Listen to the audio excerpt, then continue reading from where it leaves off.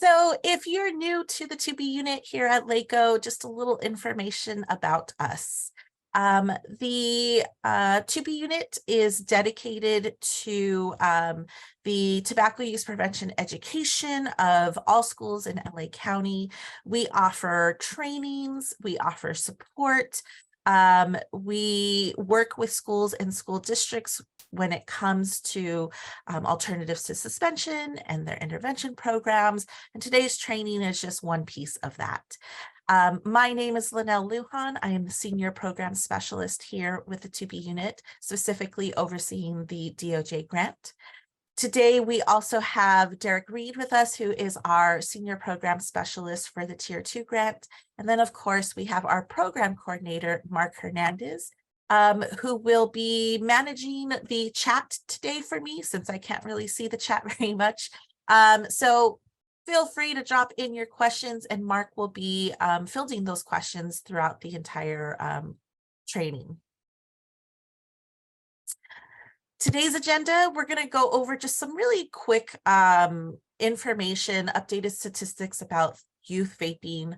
We'll talk a little bit about some of those devices, some surveys where students have actually answered questions about vaping, the types of brands they're using, why they're using.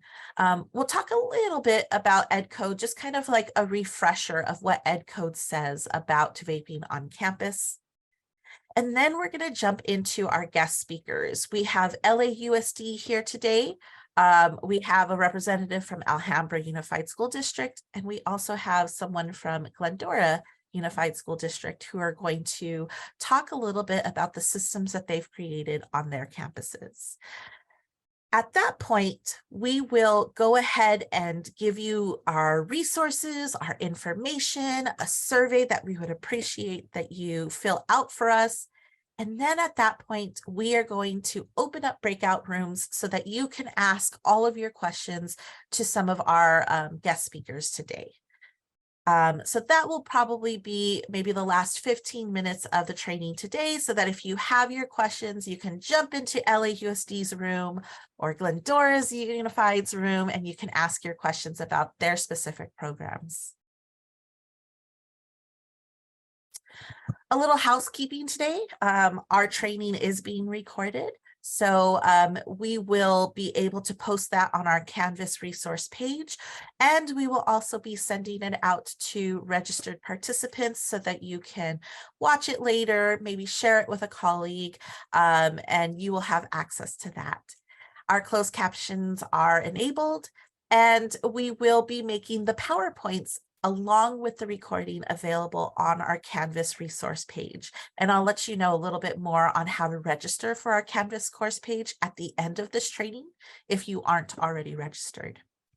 Once again, if you have questions during today's presentation, go ahead and drop them in the chat box. Mark will be answering questions for you. And then, of course, if you have specific questions for our guest speakers, those can be answered at the end in their breakout rooms. We appreciate you having your cameras on, especially when engaging in discussions. We know that you might be in an environment where that might not always be possible, but if it is, we would really appreciate that you have your cameras on. All right.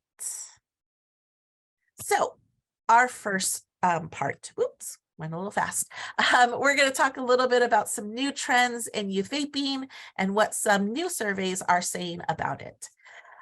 So our most recent findings from the National Youth Tobacco Service, our survey from 2022, says that more than 2.5 million high school and middle school students are currently using e-cigarettes.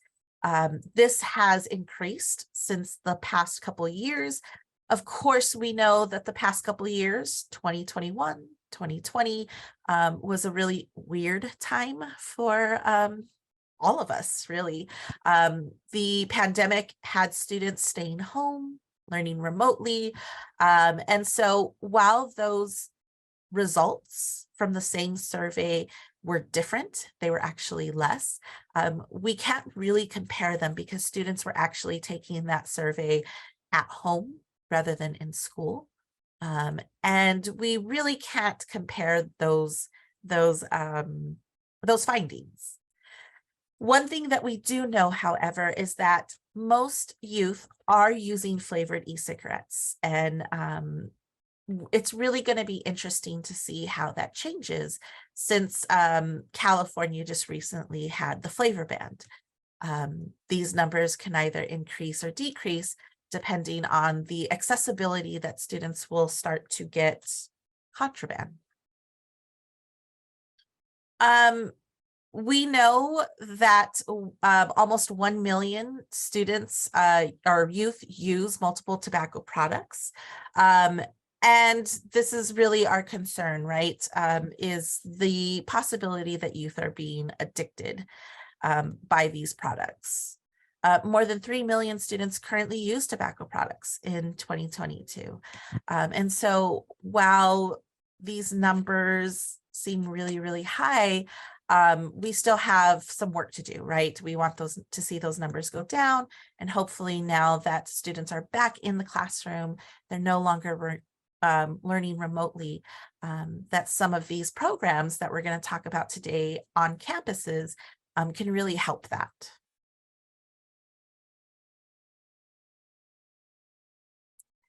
So the NYTS in 2022 found that 14.1% of high schoolers are currently using tobacco. 3.3% of middle schoolers are currently using. This is about a 3 to 5% jump from the previous year. So again, we can't really take some of these findings too comparably because of the pandemic, but just the idea that that is a possible 3 to 5% jump is really concerning.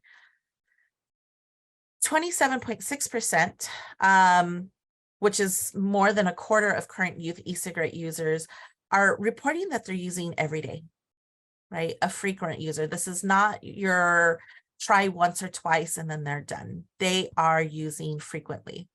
And this is really our concern, right, with addiction. 4 in 10 report that they have used in at least the last 20 of the last 30 days. And so these are really the students that we want to capture. The students who are repeatedly getting caught at school with vape devices, the ones who may seem like they are addicted. In that same survey, students had reported some of the most popular devices that they currently use. Puff Bar is coming in and the #1 place. You might see these a lot on campus, and depending on where you live and the city ordinances, you might even find these in the street gutters, in your parks on the floor, just kind of tossed as trash. Voos came in at 12%. Hyde is coming in at 5%, and this is actually a brand that is up and coming. When students took this survey, they were given options. So they were given the brands ahead of time, and students just had to check which brands they are currently using. Hyde was not on that list. Students wrote in the brand Hyde, and it actually kicked Juul out of its 4th place. Juul used to be really, really popular, and now we're seeing sort of its downfall. Smoke is coming in at 4th place. These are probably the most common ones that you're seeing because these are the ones that students are saying that they are using the most. Prior to California's flavor ban, and again, this is a national youth tobacco survey, so this is nationally. Students are saying that the flavors that they are using the most are fruit, and next is candy. So anything that gives off that sweet smell, that sweet flavor. Mint and menthol are coming in 3rd and 4th place. And so again, we know that youth are addicted to these flavors, right? Whether it's candy or mint, this is really what is attracting them. But one of the other reasons why youth had reported that they were using was feeling anxious, stressed, and depressed. And this makes sense especially after, again, the world just experienced a pandemic. It was very scary for some people. People lost their jobs. People were afraid for their health. And kids were experiencing that as well. They were seeing their parents having to deal with those fears and with those challenges, and not knowing how to deal with that anxiety or that stress. Youth were turning to vape devices or smoking. And so this kind of highlights the importance of really teaching youth how to deal with their mental health and their depression and their anxiety in healthy ways. Trying to find hobbies rather than turning to vape devices. The second reason was students had reported that they used to get high, right? To have that sensation or that buzz. Next, they said that a friend used them, so peer pressure. And finally, 20% said that they used them for tricks. So that begs the question, where are youth getting them? Where are they getting these devices if they are underage, if they are not supposed to be using these devices? One is family and friends, right? Friends who might have access to them and they're sharing them with their other friends who might be selling them. Family members, maybe older cousins, maybe even someone living in their house. And this doesn't necessarily mean that older adult doesn't know that the student has it, right? A student can find it and take their mom's vape device, their dad's vape device. But just having them within their family or within their friend circle gives them access. Next is social media. We know that algorithms target audiences with specific content, and this is based on their age, their interests, and what kind of content they interact with. And if students are interacting with videos, reels, stories that have something to do with vaping, they're going to see more videos and more reels and more posts about that. So much so that they are going to get access to some of these accounts that will sell it to them. Next is online. There are lots of online vape and smoking shops. And really, the only way to verify one's age is to click a button, right? You get that big screen that says, are you over a certain age? Are you 18 or older, 21 or older, 25 or older? And all the user has to do is say, yep, I am. And access to a complete website of all devices, e-juices, and all you got to do is pay with a credit card, pay with a PayPal, and you have access to devices that maybe youth are not allowed to use. The other are smoke shops. I know this sounds really weird because, again, students are not supposed to legally have access to these things. However, just recently, there was a 2022 survey that was just released this year in 2023 that asked participants from the age of 15 to 20 years old where they were getting their devices from.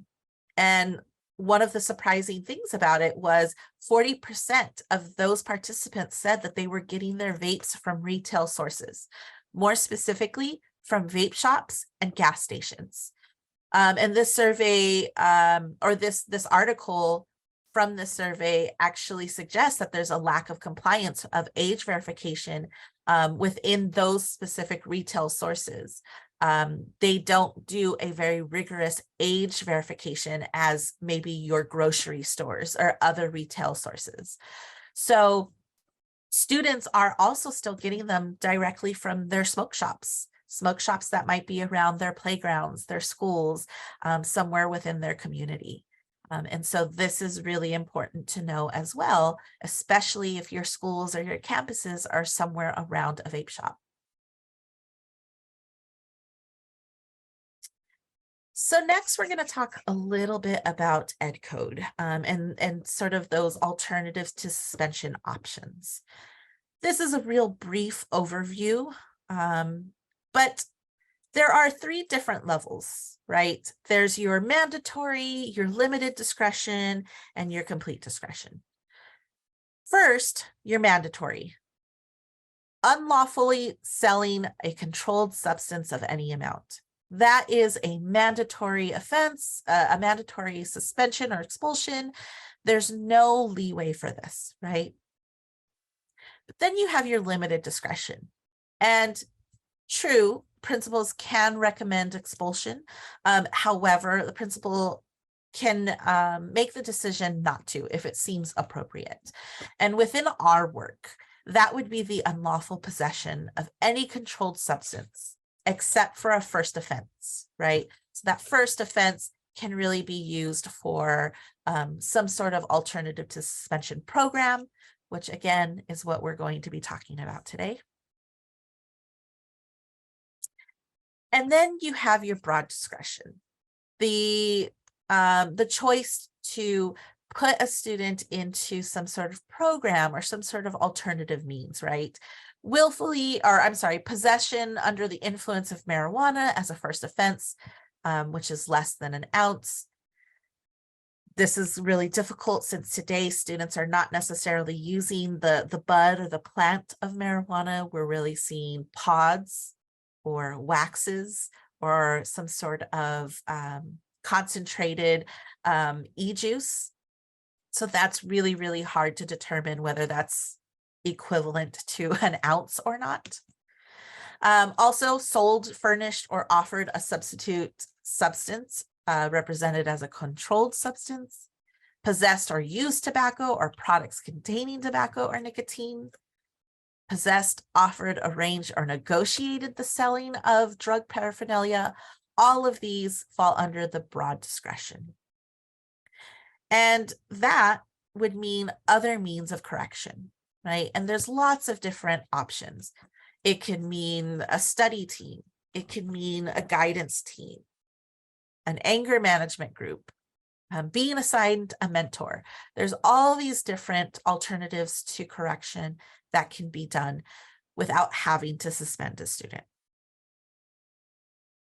And so what we're really here is to talk about our promising practices, right? How do we deal with these on our campuses, and different districts and different schools deal with it in different ways. One example of a school that we've worked with, one of their promising practices followed sort of this path, right? The school district identified the emerging concern, which was that they were having an increased suspension or increased suspensions for students being caught using or distributing vape devices. And they were noticing that these suspensions were getting higher and higher. They were having more of them. So in order to address that concern, they were charged by the Board of Ed to address this concern in a comprehensive way. So what they did was they put together a vaping awareness committee. This committee involved lots of different education partners or stakeholders. And what they looked at was what their current policy was, if those policies needed to be updated, what kind of prevention curriculum was out there, and was it grade level appropriate?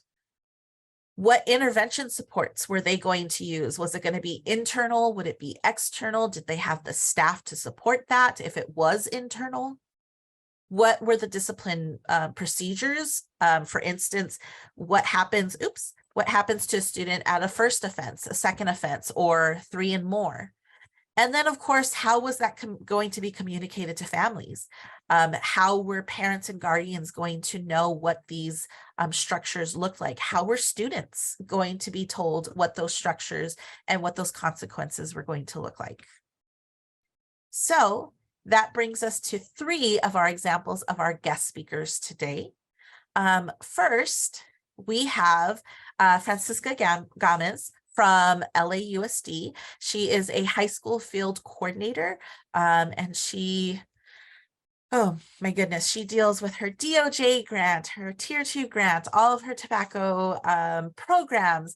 And so she's here to talk a little bit about some of the programs that LAUSD does and how they handle some of these promising practices. Thank you. So good morning, everyone. My name is Francisca Gomez. I am an administrator at LA Unified Beyond the Bell branch. So I'm going to be sharing with you some of the things that we do here in LA Unified as far as providing support for intervention support for our students. We as a district, we do not suspend for students who are smoking or vaping tobacco, nicotine. However, when it comes to cannabis, that's a little different. And if they're selling, then of course, that definitely changes things. So purpose of today's the information I will be sharing is for you to gain an understanding of what it is that we in LA Unified do to offer support for our students. We just recently, in the midst of the pandemic, we revised our policy in regards to any students who are caught smoking or vaping, and we changed the title of our bulletin to Prevention, Early Intervention, Cessation, Intervention, and Resources to Support Students regarding drugs, alcohol, tobacco, and other intoxicants. And the thanks to Mark and his generous spirit, he was able to share with us the signs, the no smoking, no vaping, because once upon a time when vaping was incredibly popular and students were caught, their comment was, well, that sign says no smoking and I'm not smoking, I'm vaping. So we wanted to make certain, hey, it's all covered. No e-cigarettes, no marijuana. So what we did is we spent quite a bit of time putting together a matrix. And the purpose of this matrix is to make sure that we had parents who were involved. It's not just the students. This is, our philosophy is it takes a village to raise a child. So we need to make sure the parents are part of this village and participating. No student will not be suspended, but parent also needs to know what they were engaged in and needs to be part of the solution. So we provided this matrix for our administrators, teachers, deans, everyone at the school site, so that they would know, meet with the parent, share with them the information we have, such as the, parent student handbook, let them know, what they agreed to in there, have student watch a video, and then also we provide the what is the role of the parent, what is the role of the administrator or school staff, what are the strategies that are available.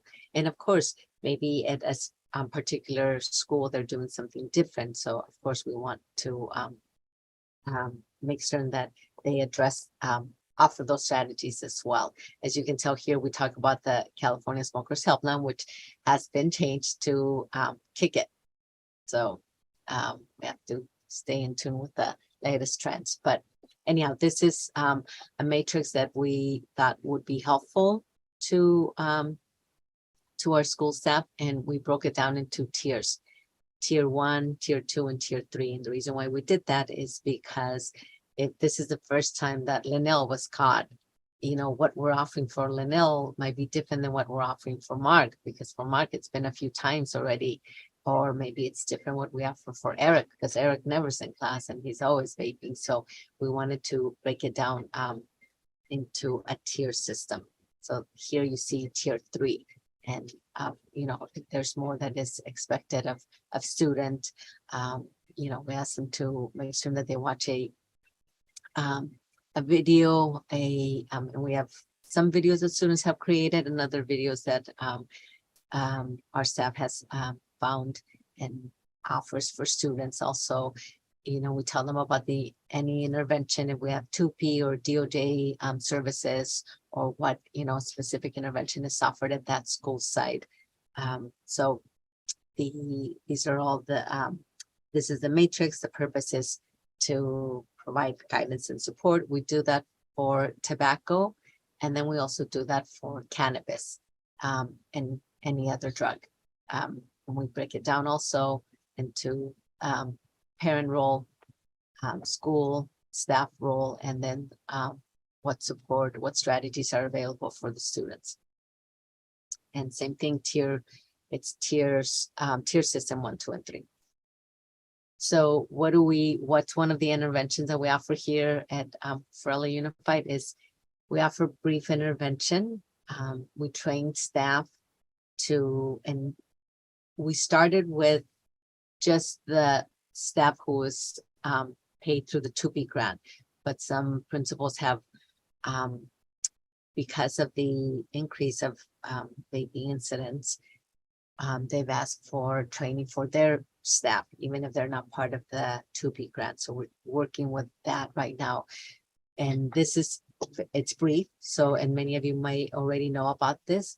So it's something that we have our staff conduct during advisory or after school, so that we're not interrupting the students' instruction. And it's very short. That's why, as you can tell, it's brief. And then we also offer cessation referrals for those students who have a higher need. So for the brief intervention, we work with Ira Sashnoff from EMT. He trains the staff. If you are thinking of offering this, we have seen very positive results as far as the anecdotal feedback we're getting from our staff members and the students they work with. So it's a brief pre-session. It's 2 60-minute sessions. And then the third one, not session 4, I'm sorry, session 3, that one is with the parent and it's optional. And I myself have conducted brief intervention for students, and some of them come in like, oh, now what do you have to share with us? But by the time that these sessions are done, then thank you. Thank you for taking the time to talk to me. So I couldn't emphasize the importance of brief intervention more than any other type of support that we have offered. Of course, our schools have restorative justice practices, and as do many school districts. But this one, it's one-on-one, and it just allows the student to sit there and reflect and come up with a plan so that they can start making some changes. And then for cessation, for those students who it's not, you want to just make a short provide a short intervention for those students who need a little more support and need more of a substance abuse counselor. Then we have the Kick It California, which was used to be known as California Smokers Helpline. We offer our wellness centers, and then we also have community health organizations. So for Kick It California, everybody's already familiar with this. We have our staff members who talk to the parent, talk to the student, and let them know. We have no control. We can't force them to do this. We just highly recommend it. And that's the difference between Kick It California and brief intervention, that the staff member works at the school, goes to the classroom, picks up the student, brings them to their office or whatever setting they have, and actually make sure that the student receives this intervention. With Kick It California, we just hope that they will call or they will text and they will receive the support that they need. But we don't we can't control that. We have within our district, we have 19 wellness centers, and these centers were built in areas of high need. And those centers they have substance abuse counselors. And these counselors are able to offer support for the students. It could be brief intervention or it could be cessation. It just depends based on the screening what support that student needs. That is also contingent upon the student being willing to walk to that center and receive the services. This is information that's provided for the parent, letting them know, here are the wellness centers, here's the one that's closest to your neighborhood, to your school. And we hope that the student takes advantage.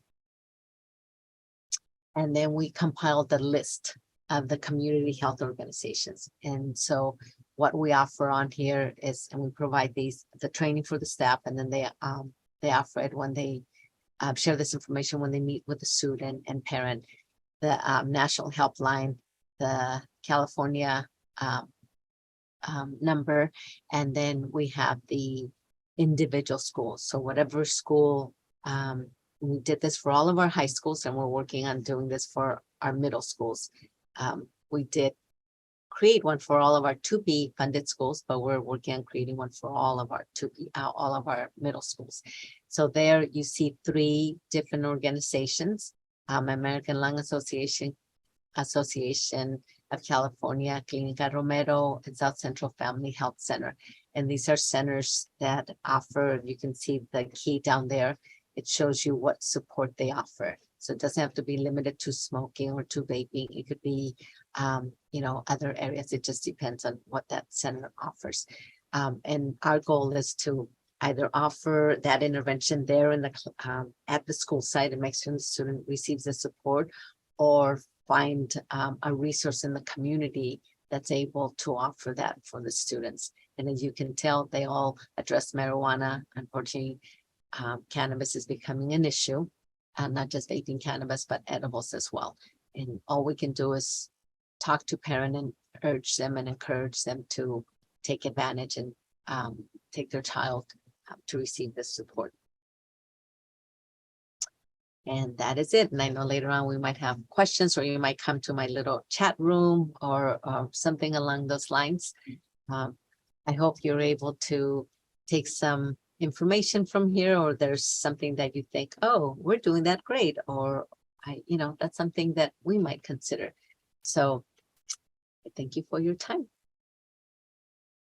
Thank you so much, Francisca, for sharing that with us. And Mark just dropped in the chat a link to the LAUSD bulletin and supporting documents. So you can take a look at those and kind of see a little bit about what Francisca was talking about.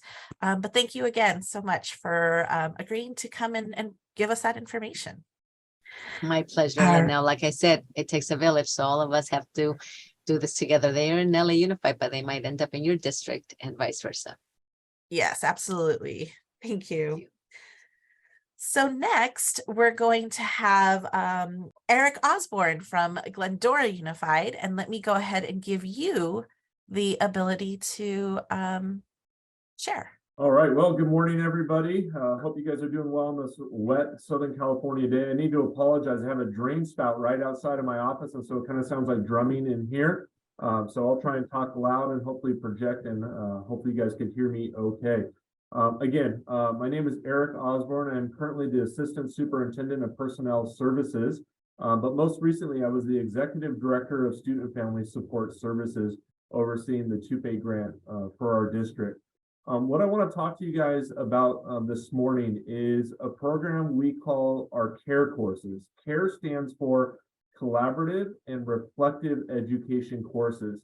And basically, this idea came from some of my frustrations as an assistant principal and a principal. When I was in those roles, which I was in those roles for about 12 years, we had a typical detention program where students would get a consequence for a variety of different reasons, and they would have to go after school.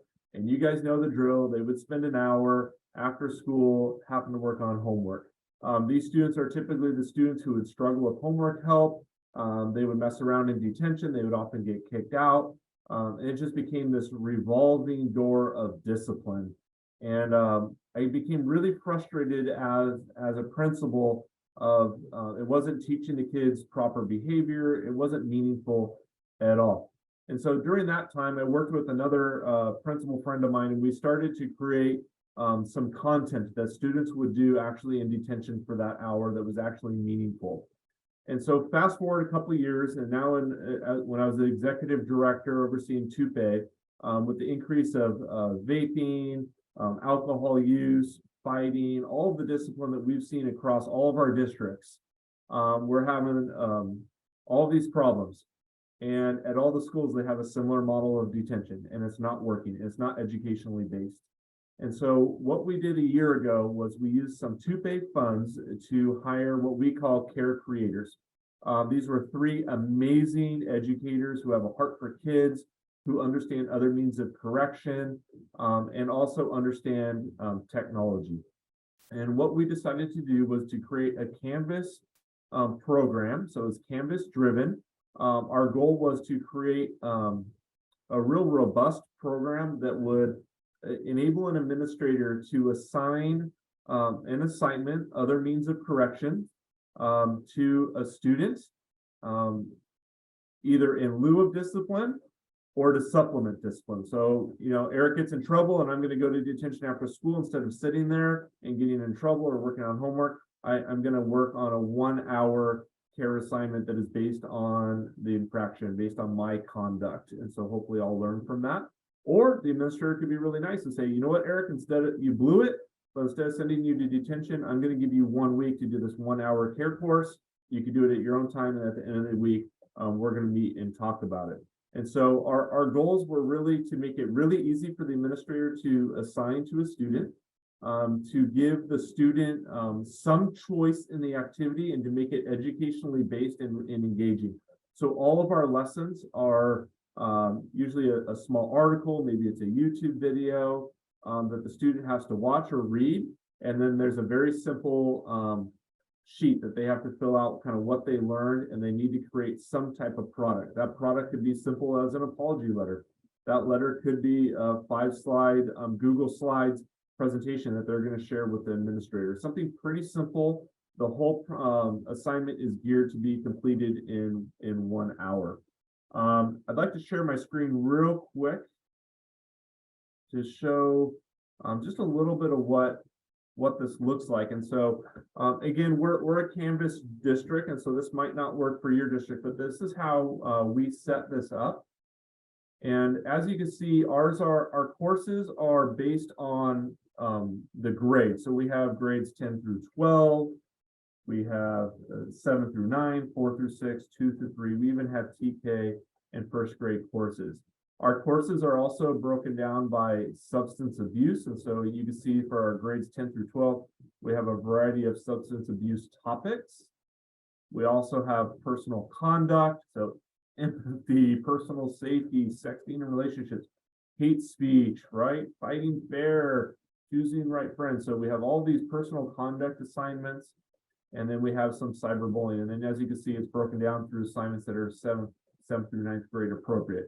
So each of the assignments are designed specifically for that grade level in terms of the content that the student will be reading or watching. That's obviously very, very important for us. And so as you can see, our care creators, which again, there are only 3 of them, worked really hard over the course of this year to create a variety of different assignments within each of these modules in Canvas that an administrator could easily just assign to any student. And so again, the goal of this was really to be educationally based and to give the students an opportunity to learn from their mistakes. We like to say failing forward. We all make mistakes. Let's fail forward. Let's learn from those mistakes. And ultimately being held accountable, because at the end of this, at the end of the week or whenever the assignment is due, they do need to meet with the administrator. They do need to show a product, and they have some choice in that product. And so what our friends at TUPE did was they actually they kind of repackaged this. They repackaged only the substance abuse ones. They did not repackage our personal conduct or cyberbullying ones. But you guys will have access to everything that we have in Canvas. It just is in a different format. And so I really want to thank the TUPE friends here, Ms. Lujan, Mark, Derek. You guys did an incredible job. And so you guys will have access to this slide deck, and embedded in this slide deck is information on how to use it. So you have a table of contents. It's broken down by grade level. Again, this is just our substance abuse lessons.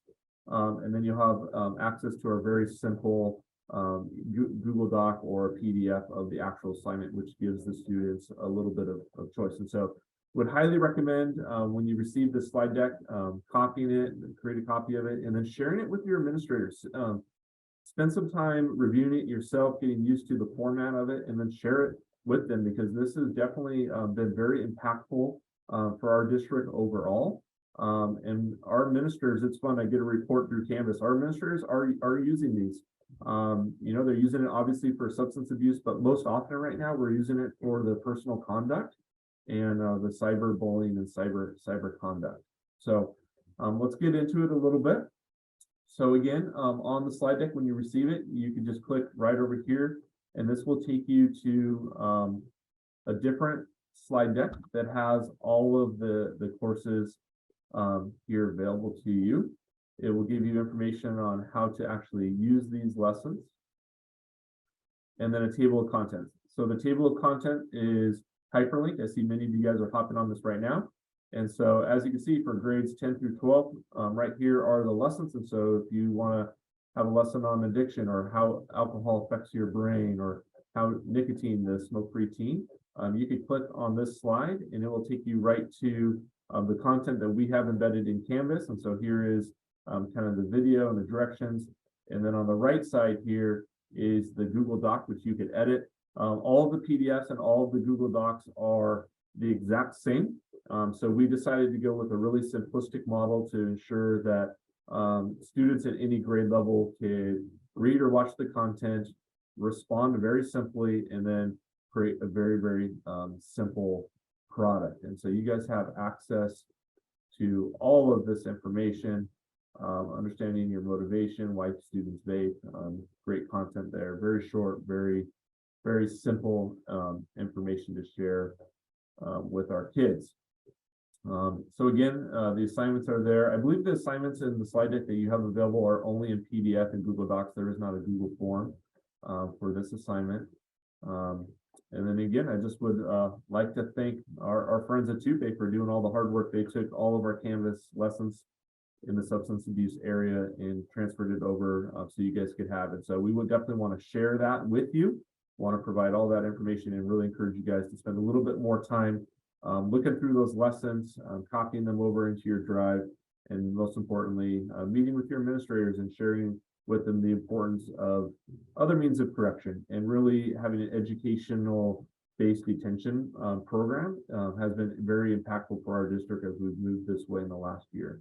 And so again, I'll be available in a breakout session in just a few minutes. And so if you guys have any questions or want some more information, we'd be happy to share that with you. If you are a Canvas using district, we could probably move some of our lessons into the sandbox and share them that way as well. I have a staff member that might be able to do that for us. And so again, that's all I have for you guys. Just kind of a quick overview of our collaborative and reflective education or CARE course program in Glendora, USD. Thank you. All right. Yes. Thank you so much, Eric. He was so generous in allowing us access to his CARE courses. And so you have the Google Drive folder in the chat. Feel free to go ahead and make a copy of that. As Eric mentioned, those are only the substance abuse lessons. That does not include the personal conduct ones that he mentioned. But of course, just like he said, if you have questions about those, or maybe want access to the other ones, you can jump into his breakout room, ask him about that, and maybe you can work out something with Canvas and sharing some of those. So yes, thank you so much, Eric, for being here and sharing that with us. You're welcome. I just wanted to mention one more thing. So as we're allocating our TUPE funds, and we have so many creative minds in this conference right now, I need to say that we spent very few dollars to get this program going. I think overall this cost me under $4,000 of our TUPE funds because we were able to be really creative and leverage our technology and create a very simple program, but it's had a huge impact for our district. And so I want you to just, if you take away one thing, if you don't copy this, that's fine, that's okay. But really thinking and working with your team on how you could leverage some of the funds to be really creative and create programs that's going to have a dramatic impact in with your school or within your district. Do that, because this was like a low budget, $4,000. Staff members worked over the summer break a little bit, and then we met a few times throughout the year, and we launched this in October, and it's had a huge impact for minimal investment in terms of funds. And so you guys all have really creative, really technical people who are loving educators who get it, right? They just, those people that just get this, bring those people into your team, pay them a few bucks to do this work for you, and create your own. My vision when we launched this was to have other TUPE participating districts do a similar model and just share all of these resources. So Glendora could benefit from you, your districts could benefit, and we could just share these resources to help educate our kids, because I know you guys are feeling it. I know your administrators are feeling the increase in behaviors that we see across each and every one of our schools. And so if we could get to the root of the behavior and really help educate them, I think all of our kids will be better off, and all of our staff members too, because it's our teachers, it's our classified, it's our administrators who are dealing with all the behaviors most of the time. So I just want to close with that and really encourage you guys to really think outside the box and use those funds in a creative manner. So thank you. All right, thank you. So next we have Lee from Alhambra Unified School District. I believe I've given you sharing rights, Lee. Hopefully your computer is better. We are good to go. Yeah, thank you, Lynelle. Awesome. Great. And I got to start by saying, Eric, you know what, I completely agree how valuable that being part of the TUPE consortium has been, and being able to collaborate with everyone. I mean, especially in my first years of beginning the program. So it's been a pleasure to work with everyone. And so I hope some of the things that I share today will be very valuable and helpful. The idea is going to be to take a look at the documents that we've created, and then provide those to you, and you can go ahead and edit those as you like, and use them for yourselves, or update them for what you need for your district. So really, my presentation isn't really going to warrant the slide deck here. I wanted to put one piece in the deck that shows what I showed administrators. Of course, there are a lot more things that go into them, but it wasn't really relevant to the model that I'm going to show you today, because there's a lot that goes into the meeting that I have at the beginning of the year with all of our administrators. But I'll show you the page, and then I'm going to go through the documents, those actual ones, what their purpose is, and how we use them. So what I'm focusing on today is the progressive discipline model. So we have three pieces to that. We began to put this together in the first year of the grant cycle, and then have tried it out really for the last 2 years, have been able to implement it well since we came back from COVID. And we learned a lot. I was able to take a lot back to our student support services team on how things were working, how the students were reacting, how the interventions were functioning, and what we were using that works. We've had a lot of great resources that could be used, and models that we could follow. And it was really a game of what is working best at the moment, and how can we adapt it. So it's definitely been adapted twice. What you're going to see right now. So first, let me go ahead and just start with, let's take a look at the page. So I put this page into the slide deck. This is one that goes into one of my first meetings, and this will give an idea of the progressive discipline plan that I teach to the admin. We then have a student contract that goes with it. This is for the students and parents to sign, and it's what's given to our administrators to follow when they're having that meeting when a student is caught using. So the discipline plan is a document that provides talking points and strategies when dealing with students who are in possession of tobacco, cannabis, or vape products. Now, this plan is not going to be shown to parents or the students. This is strictly for the administrators that they can use, and we definitely put we show it in there often that we want to remind the administrators not to show this. The student contract is the one that will be seen by the family, and that one they will sign depending on what part of the progressive discipline plan is going to be shown. So to best start off with this, I want to show our services referral form.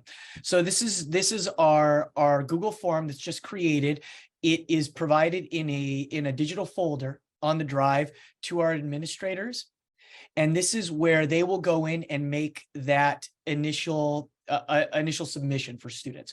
So if a student is caught, they're going to set a meeting with the parents to meet, and then they are going to fill out this form so that we have all the documentation. And we've let them know that this documentation assists for our accountability reports at the end of the year for TUPE, and very importantly, we want to keep track of the students that are using, so that we can see if they're on their first, second, third offense. Also goes hand in hand with what they would be putting into our district records. So they can put that onto our Power School. So after a few years, I've really got this to a place that I like it. It has been simplified. Of course, if you take this and use this and make a copy, you can use it as needed and put the information that you need. But I put it down to the simplest things of the school site, who is requesting the referral. You can see that I've got a lot of multiple choice here. So school administrator, district administrator, school psychologist, and so on.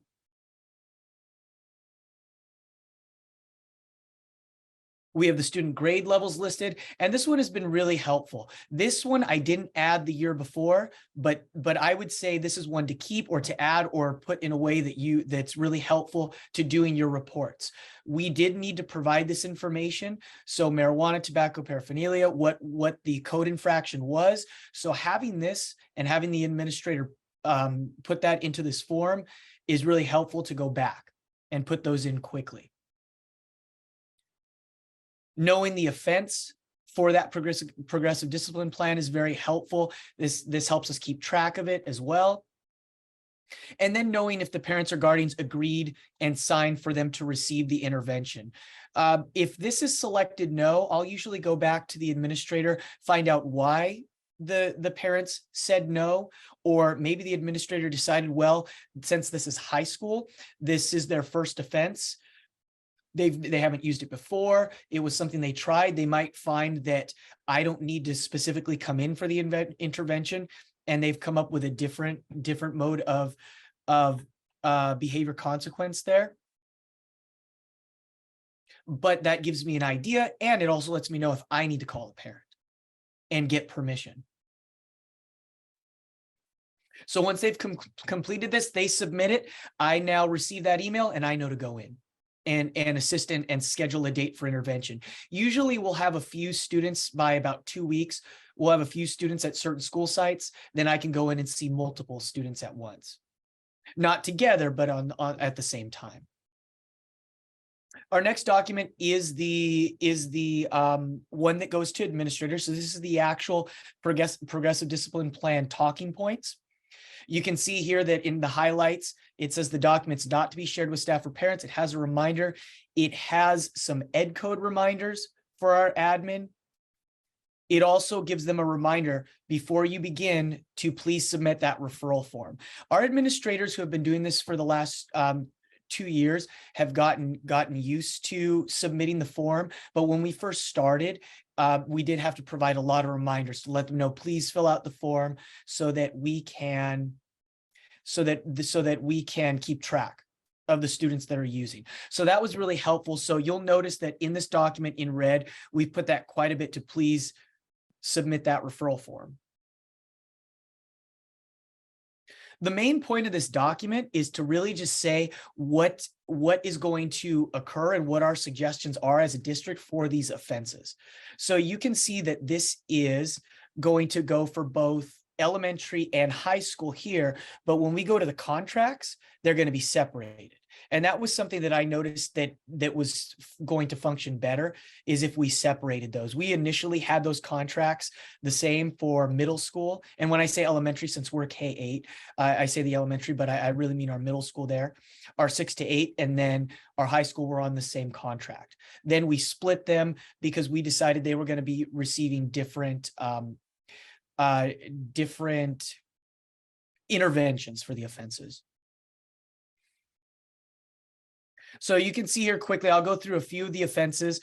Inform students and parents of the ed code pertaining to the offense. Remind them that per the code, districts may suspend students for such offenses, but we are framing that conversation around PBIS expectations and of course are trying alternatives to suspension. So this is where if they're a middle school student, then we are really going to highly suggest and in a way require that they participate in the intervention. So that's where I will come in to assist and either provide the brief intervention that we were trained on through our TUPE consortium and their company, or the Healthy Futures, which is a part of the Stanford curriculum. When it's high school, if it's the first offense, I don't always come in. It's going to depend on the situation. But for the middle schools, I'm really looking to go in as a requirement on the first offense. The second offense, administrator designee shall remind students and parents of those talking points and that this has happened before. Working with the TUPE coordinator, the elementary students are assigned those 3 45-minute sessions of synchronous learning based on the Healthy Futures curriculum, or 2 one-to-one brief intervention sessions. Now, really, all of that was decided based on my experience as well as what was working and what there was time for how many students were being seen. To finish up my presentation later, I'm going to talk about some of the challenges and let you just know about some of the experiences I've had and why we've done what we've done that is working right now for our district. In the third offense, the administration convenes a meeting with the student, parent, and TUPE coordinator, reminds student parent that many interventions have been provided. Cessation referrals will occur to YVAPE or Kick It California. And then we can consider a referral to an alternative educational program. They may receive a disciplinary infraction, such as a site growth achievement plan. And sometimes it may get to a district growth achievement plan. The fourth offense, administration contacts TUPE coordinator to gather information about the referral program compliance. Admin convenes a meeting with student, parent, guardian, and SRO on this one. And then, of course, all the review of what's taken place beforehand occurs. Then we look at more referral possibilities for cessation. We've included a lot of links here. You can see we've got YVAPE again, Kick It California. We've also got the LACO cessation resources in there for our admin to view, and addicted.org. And then the fifth offense is to now further involve our directors and assistant superintendent for a consultation. They may come into the meeting and we really start to take a look at that district growth achievement plan.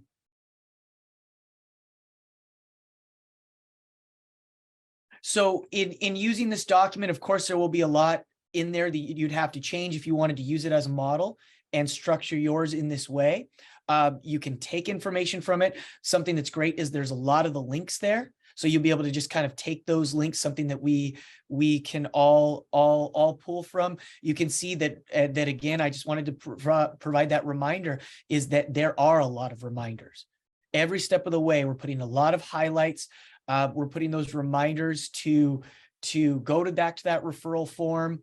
If a student is impaired, you can see it here in red. As a result of the substance use, have nurse evaluate, call parent to pick up. If seriously impaired, call 911. We've put those through there quite often, and it's very redundant. We've just found that in the progressive discipline plan, it's just helpful to have those reminders quite often.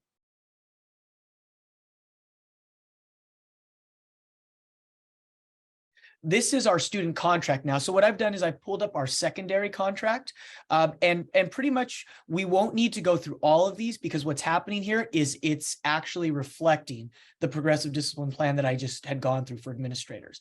So it's a much shorter version of it.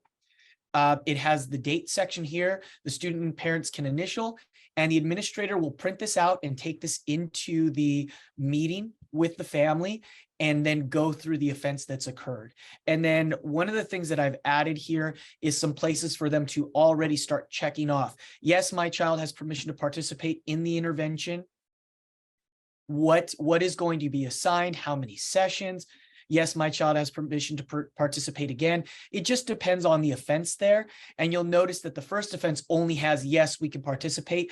That's going to be if they participate in that intervention for high school. Now, if I were to pull up that elementary middle school version, it would look very similar to the second offense, because we're going to be jumping right to that version. So that I can come in and give those students the assistance they need quickly. And you can see here in the third offense, what was selected. Are we going to go with a cessation referral here? What takes place in the fourth offense, and then the fifth and beyond.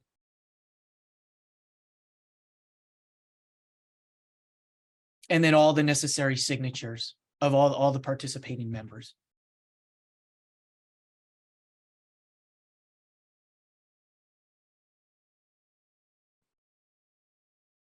So those are the three models. It is, I find it very challenging to go through these in such a quick time. It's something that you really have to kind of, once you have the documents in front of you, you'll be able to go back. There's a lot of information there, but it does take time. And I got to tell you, it's so valuable to have those meetings every year where somebody goes in and at least goes through these for 10 to 15 minutes with the admin. It's usually at one of those first meetings with admin. A lot of our directors are in there as well. Sometimes a few of our assistant superintendents, to just let them know what we have updated and go over some of the most important parts and give those reminders. So in my experience, I'm going to go ahead and stop sharing this really quick. So in the experience I've had, and this is really going to be all dependent on the district, I think. I've been providing the interventions now for 2 years, where I go out and I see the students often. They're all going to have different reactions. Most of the reactions can be pretty positive. Some have been tough, where I've had students that have asked me, can I ask a question to you? They're asking a question to me. And I said, yes, of course. And I said, do I have to do this? Do I have to be here? Is this required? And my answer to that has been to kind of work with the students. Well, technically, no, because I'm here for an intervention. I'm here for you. I want to help you. If you're willing to do this, we can have a great conversation. If you want, you can talk about whatever you want to start with. Just let me know how things are going. I always try to, build a rapport with the students. And most of the time, I've been able to get the student to stay and talk about the things they like, and then go into the health risks of tobacco and what we can do to stop using and how we want to help as a district. Every once in a while, I get a student that just doesn't want to participate. So I have to put that in there, in their file, just letting them know that we're going, I have to write this down, that you didn't want to participate. And later on, if something else occurs, we're going to go back to that and say, well, we had this that we were offering you, and you didn't want to take it. And we let the families know. And so the model that I'll be running there is brief interventions. I don't run a lot of Healthy Futures anymore. I think it's a very good program. I do like it when I was running it. I found that the brief interventions, which is a one-on-one with the students, have been extremely helpful to just build that rapport with students and really make that difference there. It's hard to do because it's very time consuming. I got to tell you, I run out. I run out of the district and I go from the office to the sites and I run these quickly and then move to the next thing. And it's tough. So, that's just my experience with it. I think both are very valuable. And, the Healthy Futures, when it comes to that, I'm running it with four to 6 students at a time. So I'll see multiple students. And I had typically been running those with the middle school more so than the high school. Okay, well, I hope some of those experiences there gave an idea of how that's been working for our district. I will provide that folder and the link before we're done with the meeting today, and you'll be able to look at all those. And if you have any questions, I can go into any of those. I know that's pretty quick to go through those documents. So please, if you have any questions, let me know. Yes, thank you so much, Lee, for sharing all of that with us. You're right, it is a lot to go through, and I'm sorry we only gave our speakers today 20 minutes, but that's why we have our breakout rooms set aside for you. We left enough time for you to meet with each one of these amazing leaders of their programs. So thank you so much, Lee, and also thank you to all of the our guest speakers who are willing to share these resources with you. And so, all right. So a couple of things. Yes, we are going to make all of this available. By the end of the week, I will be sending out an email to all participants who registered for today's training. Inside that Google folder will be the recording, my PowerPoint slides, the folder to the CARE course lessons that were repackaged, I guess, by TUPE from the Glendora Unified School District. We will be sharing LAUSD's resources. We'll be sharing Alhambra's resources. All of that stuff will be in that folder in our follow-up email. So if you missed part of today's training or you had to step away, do not worry, we've got you covered. Another thing that I want to mention is all three of these school districts currently have a Tier 2 grant, which you may have heard in some of the presentations, the consortium or their Tier 2 grants. And if you're unfamiliar with what that is, these school districts, with the exception of LAUSD, work really closely with TUPE. LAUSD works very closely with our office as well, but they have sort of their own consortium, their own grants. And what that really is they receive grant funds to kind of put these programs together. But I want to make it very, very clear that even though maybe your district or your school does not have the Tier 2 grant, that does not mean that you can't use these resources or, speak to Lee or Eric or Francisca about some of these programs. These funds were just what helped make these programs or helped them put these programs together. And so you'll hear a lot of the consortium Tier 2 talk because these are schools that our office has worked with, and that's why we chose to highlight them, because they're doing some really great work at their districts with these programs and putting them together, and we really wanted to make sure to highlight that. So before we get into our breakout rooms, I want to share just a little bit of information that might be helpful for you. In some of these presentations, you may have heard that they use intervention programs like brief intervention, YVAPE, Healthy Futures. And tomorrow we have a training that is going to specifically highlight those programs. So if you heard how Lee uses YVAPE's link and their website in his resource, tomorrow we are going to have representatives from each one of these programs come and talk about how their program works. Brief intervention, just like Francisca said, is very brief. You meet with students one-on-one.